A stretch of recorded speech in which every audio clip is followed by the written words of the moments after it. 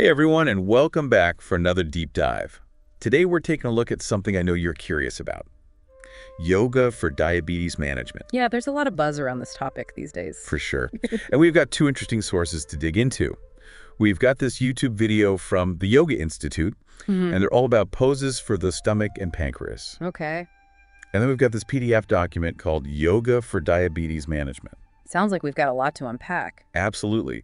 We're going to uncover some pretty surprising poses and see just how yoga could impact things like digestion, stress, and even how well your organs function. It's pretty fascinating when you think about it. Like, we're not just talking about exercise here. It's more like a targeted approach to movement and how that can potentially influence your internal system.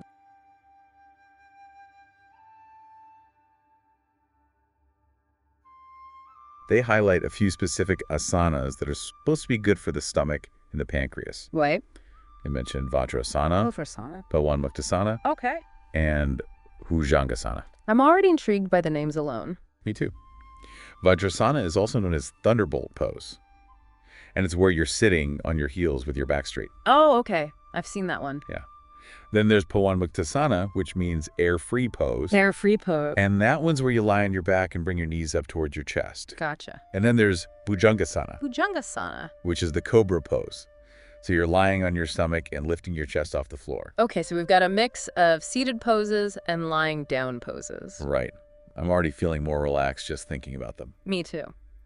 But how do these actually benefit the stomach and pancreas? What's the connection there? Well, that's where the details get really interesting. The video suggests that these poses, especially when you combine them with the right breathing techniques, can improve digestion by increasing blood flow to the digestive organs. Oh, wow. And some of the poses actually create pressure variations, almost like they're giving those organs a massage. So it's like a little yoga session for your internal organs. Exactly. Really makes you think about the body in a whole new way. Absolutely. And that whole concept of internal massage, that comes up in our second source too. The Yoga for Diabetes Management PDF.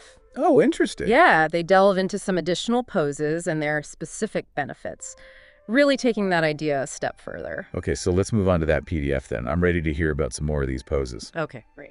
There's one in particular that caught my eye. Balasana, Balasana? or child's pose. Oh, yeah, I love that one. It seems so simple, but I'm curious to know how it could actually help with managing diabetes. Well, child's pose might seem basic, but it can be really powerful. It's all about getting into that deep state of relaxation and reducing stress. Like stress reduction. Yeah. So when you kneel and sit back on your heels and rest your forehead on the floor, you're encouraging your body to just let go of any tension. Ah, I see. And that can really help with blood circulation. And it calms your nervous system too. Right. And those are both super important for managing diabetes. That makes a lot of sense because stress can really have a negative impact on your body. So finding ways to calm your mind, that seems really crucial, especially when you're managing a condition like diabetes. Absolutely. So what other poses did you come across in the PDF? Anything else interesting? Well, there's one that has a pretty catchy name, Mandukasana, Mandukasana. or frog pose. Frog pose. Okay, I have to ask, why is it called frog pose? I guess you'll have to use your imagination a bit on that one. But what's really interesting is what it does for your pancreas. Okay, tell me more. It's believed that this pose actually massages your pancreas, and it might even stimulate insulin production. Wow. It's amazing how each of these poses seems to target a specific area or system in the body. It really is. Did you find any poses in the PDF that are a bit more challenging? I did, actually. There's one called Sarvangasana, Sarvangasana. or shoulder stand. Shoulder stand. Yeah, and this one's definitely more advanced. I can imagine. Yeah, you really need to be careful with this one and make sure you have the right technique. So that sounds like one to maybe avoid if you're a beginner.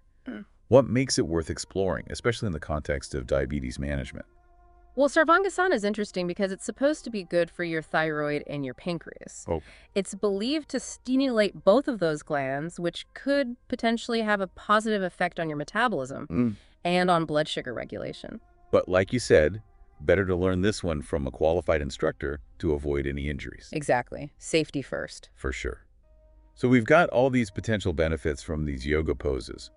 But what's the main takeaway for our listener? What do they really need to know about incorporating these poses into their diabetes management journey? I think it's important to remember that these yoga poses, they're not like a magic cure or anything. They're just one part of managing diabetes. Right. It's not like you can just do some yoga and forget about everything else. Exactly. Healthy diet, regular exercise, and of course, any medication your doctor prescribes. Those are all still super important. So it's more like yoga is one piece of the puzzle. Yeah. It's part of a bigger picture of well-being. Yeah, exactly. And that's where I think the benefits of yoga, they go beyond just the physical stuff. Right. Like both of the sources we looked at, they both talk about how important stress reduction is and mental well-being, especially for people with diabetes. Yeah, I remember the Yoga Institute video talking about how combining the poses with mindful breathing can have this calming effect. Right. And then the PDF highlights Balasana, the child's pose, as a great way to relieve stress. It seems like finding that sense of inner peace that can be just as important as the physical aspects of yoga. Oh, for sure, because stress can really mess with your blood sugar levels. So finding ways to manage that stress through things like yoga, that can make a huge difference for people with diabetes. So we've got these specific poses that we've talked about. Yeah. And they could have potential benefits for digestion, organ function, and then there's the stress reduction piece too. It's a pretty holistic approach. It really is. And it's funny because both sources, even though they focus on different aspects of yoga, they kind of end up with the same message. Oh, that's interesting. What would you say that message is? I think it's that yoga can be a really powerful tool for managing diabetes, both physically and mentally. Okay. It's about finding a practice that works for you and listening to your body and not pushing yourself too hard, and then incorporating those techniques into a broader approach to your health. It's not about being perfect or doing the most difficult poses. It's more about finding what feels good and reducing stress and just feeling better overall. Exactly. But with all these potential benefits, are there any downsides or things our listeners should be cautious about? That's a great question, and it really highlights why it's so important to have some guidance from a professional. Okay. Because some poses might not be safe for everyone to do, especially if you have other health conditions or limitations. Right.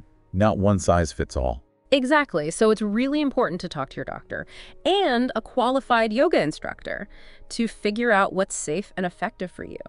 So it's all about that personalized approach, figuring out what your own body needs. Yeah, exactly. And that's what makes this whole exploration so exciting. It's about empowering yourself with knowledge and finding the right resources, and then creating a path that supports your own unique health journey. I don't know about you, but I'm feeling inspired to try some of these poses. Maybe a little child's pose to unwind after all this talking. Oh, yeah, I could go for some of that. Or maybe a gentle seated twist. So there you have it.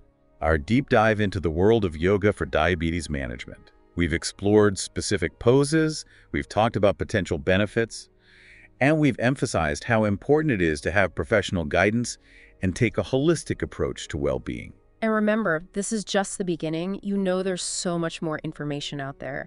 And the best way to learn is to explore and ask questions and find what works for you. Exactly. Who knows? Maybe you'll discover a whole new love for yoga and all the amazing ways it can enrich your life. It's definitely a journey worth taking, one breath, one pose at a time. I love that. Now, before we wrap up this episode, we want to leave you with a little something to think about. So we've talked about all these potential benefits of these specific yoga poses, but how important is it to actually do them? Could you get similar results just from other forms of exercise or relaxation techniques? That's a really good question. And I think it kind of gets to the heart of what makes yoga unique. Okay. Other exercises and relaxation techniques, they definitely have their place. But the poses we've been talking about, they're thought to work because they target very specific areas of the body. So it's not just about general movement or stress reduction. Right. It's more specific than that. Remember Mandukasana, the frog pose? Yeah. That one's supposed to work by directly stimulating the pancreas. So it's not just about being active. It's about the way you position your body and how that can actually impact those internal organs. That makes me think about the whole mind-body connection thing that people talk about with yoga. Is that part of it too? Oh, absolutely. Yoga is all about being aware of your body, your breath, how everything works together. And that mindful approach, that could be another reason why these poses are thought to be so effective. Okay. It's not just going through the motions. It's about being present in your body and really focusing on what you're doing. So there's a difference between just exercising and actually practicing yoga with that intention. Yeah, I think that's a great way to put it. And that difference could be really important for managing diabetes. It's about more than just the physical stuff. It's about connecting your mind and your body. This has been such a fascinating deep dive. Like, I never realized how much depth there is to yoga. Yeah, it's definitely a practice with many layers. And even if our listener decides that yoga isn't for them, I think there's still a really valuable takeaway here. No matter what kind of exercise you do or how you choose to manage stress, the most important thing is to be intentional about it. Be aware of how your body feels. Find what works for you. That's a great point. It's all about that self-discovery and finding what resonates with you. Exactly. And hey, maybe this deep dive has sparked a little curiosity about yoga. It's a practice with so much to offer. It really is. Well, that brings us to the end of another deep dive. We've learned about specific yoga poses, their potential benefits, and the importance of being mindful and intentional in our approach to well-being. And remember, this is just the start of your journey. There's always more to explore and discover. Using yoga and pranayama. Pranayama. Yeah, basically, breathing exercises Right. to manage diabetes. Interesting. We're looking at some excerpts from a document Okay. that really explores this, and it's honestly pretty surprising, some of the stuff in here. Oh, yeah. I mean, this stuff can get pretty out there. Right. It's not just like your typical advice. Exactly. You hear about diet and medication and all that. Yep. But this goes way deeper Oh, yeah. into like the mind-body connection, like Yep. how stress can actually impact your blood sugar Oh, absolutely. and how yoga can help with that. It's all connected, you know? Yeah, so how does that work? What's the science behind it? Well, when you're stressed, your body's pumping out all these hormones, right? Mm. And those hormones can really mess with your blood sugar levels. Really? Oh, yeah. It's crazy. And that's where yoga comes in.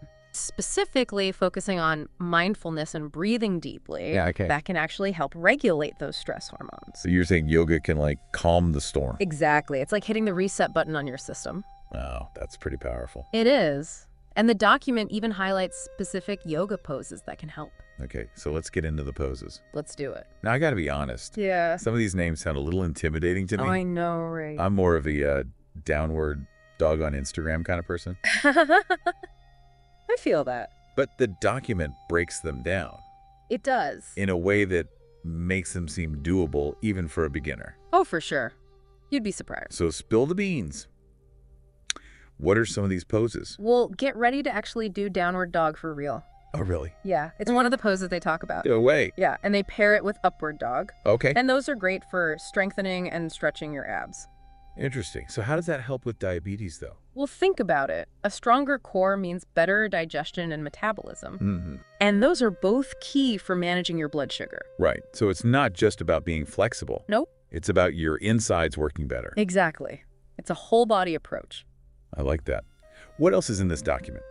Seated spinal twist called Matsyendrasana can stimulate the pancreas and potentially increase insulin production. So it's like giving your pancreas a little boost. That's the idea. Yeah. But of course, more research is needed to really confirm this. Right. We got to stay grounded in the science here. Absolutely. It's important to remember that yoga is a complement to traditional treatment. Right. It's not a replacement. It's not a magic cure-all, but the potential benefits are really exciting. For sure. And speaking of stimulating the pancreas, Yes. the document also talks about pranayama, Right. Breathing exercises. and specifically this technique called bellows breath. Ah, yes.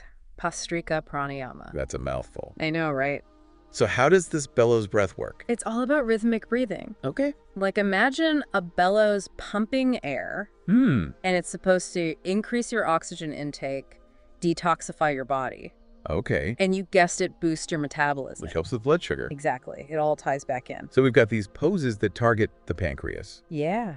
and breathing techniques that can jumpstart your metabolism. It's amazing. So it's a whole new way to think about managing diabetes. Absolutely. It's not just about what you eat or the meds you take. It's about your whole being. Exactly. It's Well, about finding balance. I love that. So this has been a truly eye-opening deep dive today. It really has. We learned about how yoga can combat stress Yeah. and how that impacts blood sugar. It's all connected. We explored poses like downward dog, upward dog, Right. Dukasana and Matsyendrasana. Some powerful poses. And we even touched on breathing techniques like bellows breath. It's a whole new world. It really is. Yeah. And it's amazing to think that something as ancient as yoga Yeah. can be so relevant for managing a modern health challenge like diabetes. It's a testament to the wisdom of these practices. Really is. So for everyone listening out there, I'm curious what aspect of incorporating yoga into your routine stands out the most? Is it the peacefulness, the physical challenge, or the power of the breath? There's something for everyone, and it's all about finding what works for you. Thanks for joining us in this deep dive, and we'll see you next time.